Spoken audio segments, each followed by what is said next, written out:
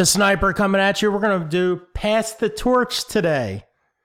So make sure you hang out to the end. I have on the last slide, I have a player that should be targeted towards the end of your drafts that can really make a big difference for a lot of leagues. All right, Pass the Torch. We're going to take a look at running backs first, and this is where you might have an established veteran running back, and lower on the depth chart, a young upstart trying to come in and take that job. And you know, life, especially as a running back, sometimes you don't even get 5 years. You're lucky to get 5 years as a running back. So we might be passing the torch all the time. Let's see. Let's take a look at Melvin Gordon versus Ekeler for the Chargers. We all know how solid Melvin Gordon is. I mean, Melvin is just rock solid choice, especially mid to late first round. You're going to get consistency out of him. You're going to get touchdowns. I know last year I had Ekeler, and when Melvin missed a game or two, Ekeler was so dominant in part-time duty. I just kind of like prorated that out and thought, man, he's got the full-time job. I mean, he's going to steal Melvin's job. It didn't work out. A lot of times, as someone like Ekeler he was much more effective in part-time duty. When he got the full-time job, he actually went backwards. His numbers got worse. And that whole team was way better when Melvin came back. And Ekeler was better with Melvin on there. So the question, and this is pulled from a Chargers website. It says there was a point when Pro Football Focus had Ekeler as the number one running back in the NFL, according to their metrics. So if you geek out on it, I guess this was probably deep into October. Ekeler was really lighting it up based on limited carries. But based on metrics, Ekeler is a fantastic player. My eye test tells me, though, Ekeler cannot do it on his own.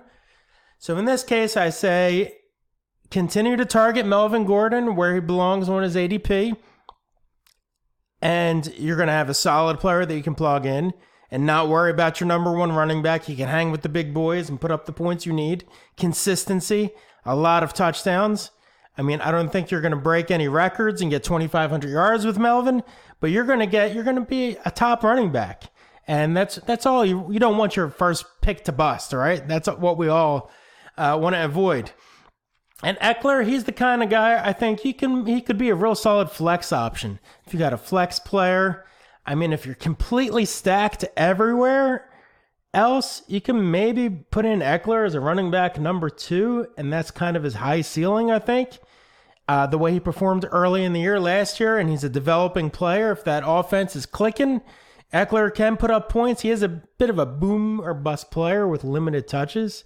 But I really like Ekeler. I like where he's being drafted. I think you get a lot of value where he is. You get a lot of excitement if you're watching the games with the eye test. Ekeler is an amazing player to watch. So this is this is a draw in terms of if you're ranking who to pick based on their value of where they're being selected. I think they're both real solid selections where they're being drafted. Good value for both of them. Started off with a tie. All right, the next one. Pittsburgh. We have Connor versus Benny Snell. All right, so we all saw James Conner last year, and I can't believe it. I love Le'Veon Bell, but James Conner, I think, was easily as good statistically as Le'Veon Bell, and probably better than him. It was crazy, right? But now we're getting whispers that they're doing, everyone thought, we're just going to roll with Connor as the bell cow back. Now I'm hearing whispers Connor rolled up a lot of those points against weak defenses. I was listening to a podcast, and they had described like it was 4 to 6 matchups with really bottom end defenses. He rolled up a lot of points against, and they drafted Snell. So I want to take a closer look at Benny Snell. Not sure I'm loving what I'm saying. It's saying he's NFL backup or special teams potential. That doesn't sound like a guy that's going to do a whole lot of damage in terms of challenging for a job or running back by committee. So we're going to continue to embrace Connor, although I want to keep a close eye on that. I mean, man, that offense, they lose Antonio Brown, they lose Le'Veon Bell. Big Ben is so hot and cold. He's a great home quarterback. Sometimes struggles every year. Big Ben will throw up like 150 yards and a bunch of picks, and people just get sick of him and cut him, and the offense is dreadful. And then Doesn't last long. Big Ben then lights it up at home a couple games, and the offense is fine.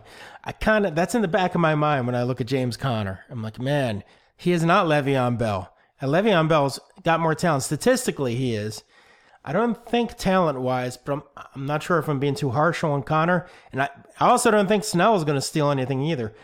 Samuels, not real thrilled with him either. I think maybe he could be a pass-catching third-down guy, more so than when Le'Veon was on the team. They might do a little more of that, but yeah, I'm not sure what I think about this offense. Yes, I do love Juju.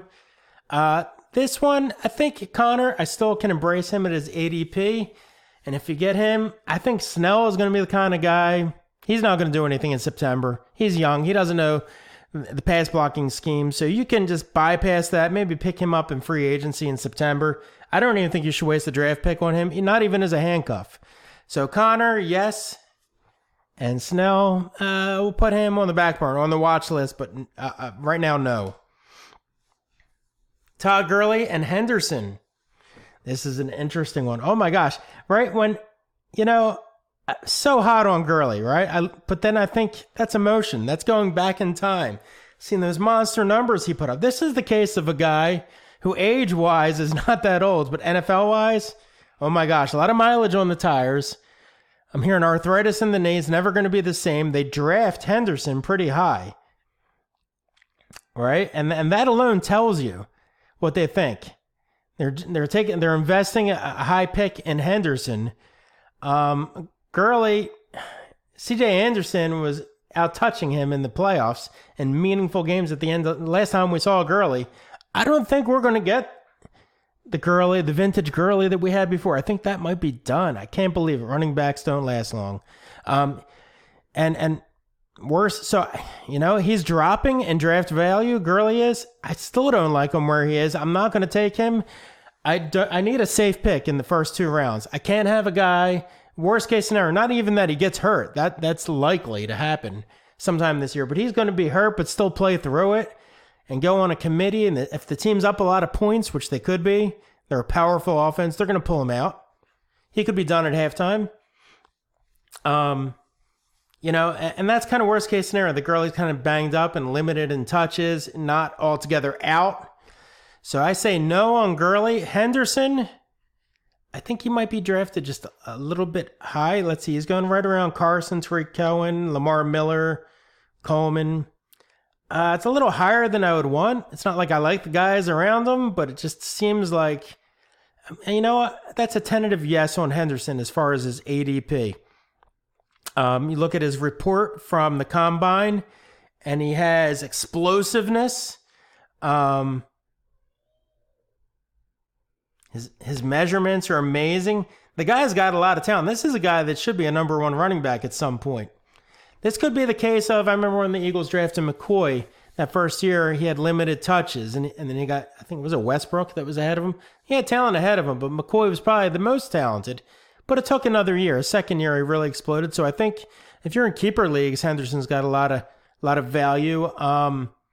Maybe later on in the second half of this year, that's a guy to target to pick up early on in free agencies before Gurley goes down, late September, early October. You could pick him up if someone drafts him and he's not getting touches early on. They could get sick of that and get annoyed and just drop him, especially if they're not a Gurley owner. So put Henderson on the Halloween watch list. Pick him up before Halloween. Because I don't think he'll start out hot, but I think you could get him. Maybe he does start out hot. Let's keep an eye on Gurley, see how this summer goes. Carson versus Penny. Carson was a guy I loved when no one knew who he was, and he started getting touches, and I picked him up for free agency, and he's just plugging away and getting solid points for you. But let's be honest, this guy's not a super talented player. He's dependable. He's a valuable NFL running back, but Penny's got a higher pedigree, more talent. He came in fat last year, rookie year 1, very concerning, but he's trimmed down. Lost 15 pounds.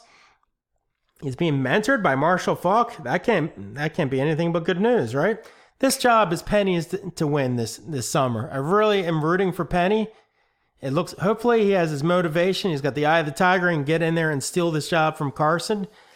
Problem is, I don't really love the Seahawks offense, but I am going to say Carson, no, where he's being drafted.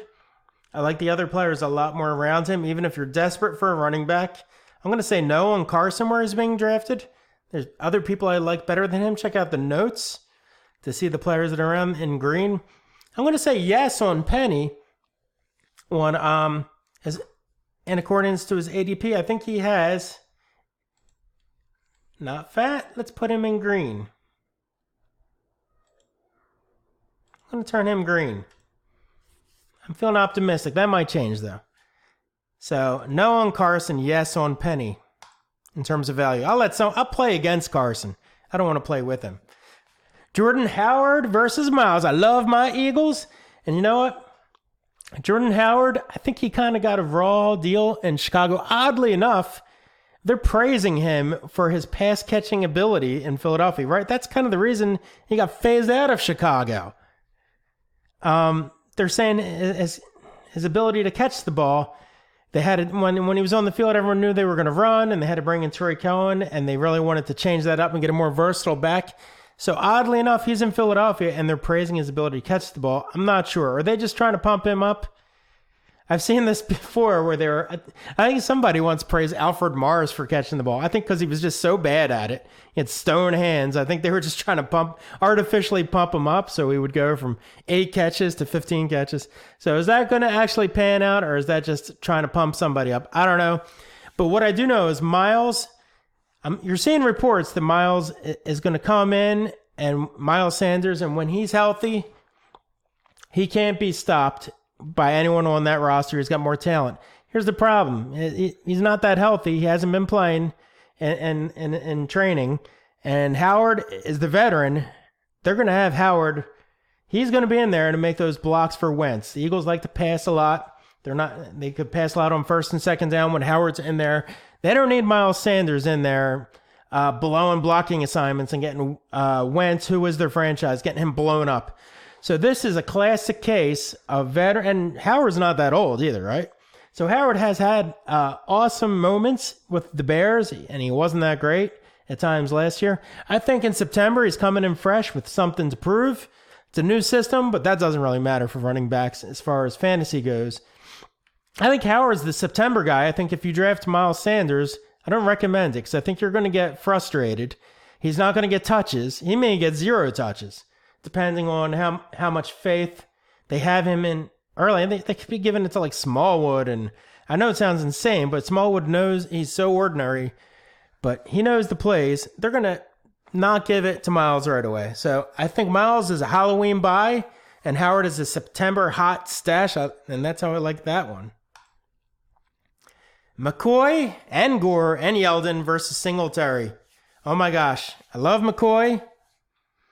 I do not like Gore. Do not like Yeldon. McCoy's old now. Too much mileage. Got to go Singletary here. I think Buffalo's on the upswing. Good young quarterback. I think this is a slam dunk.